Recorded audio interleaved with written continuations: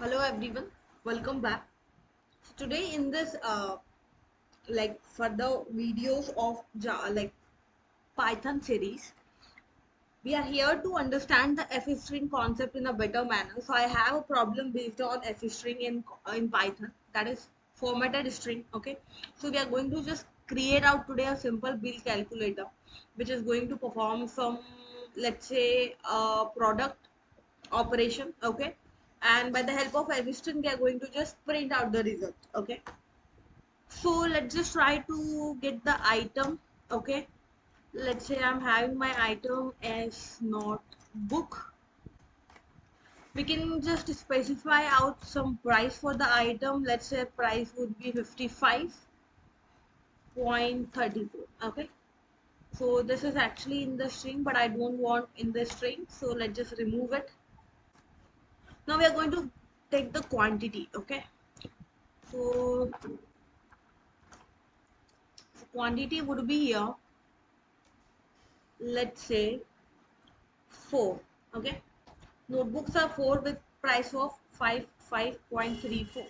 Now total, how can I just get that? You know guys, what is the basic calculation for getting 4 notebooks price, right? Simply just make the product of price with my number of quantity, right? So this is going to be stored out within total, and I want to print out actually the output. Okay, so output with f string concept we are going to use it out.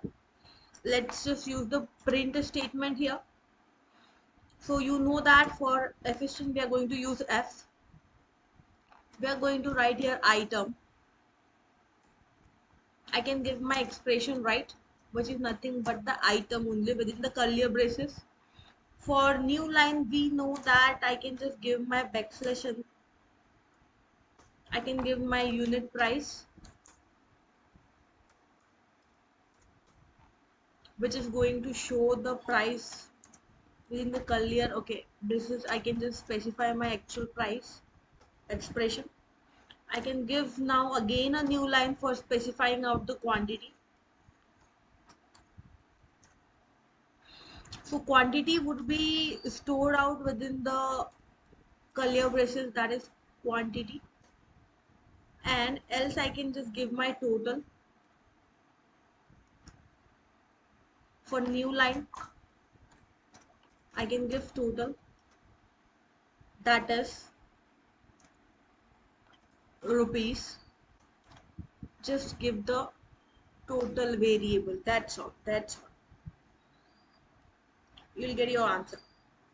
Item is notebook, unit price is this, quantity is this, and you just got the answer. So this is how you're going to use out the f string concept, and you can just get the answer. Thank you so much.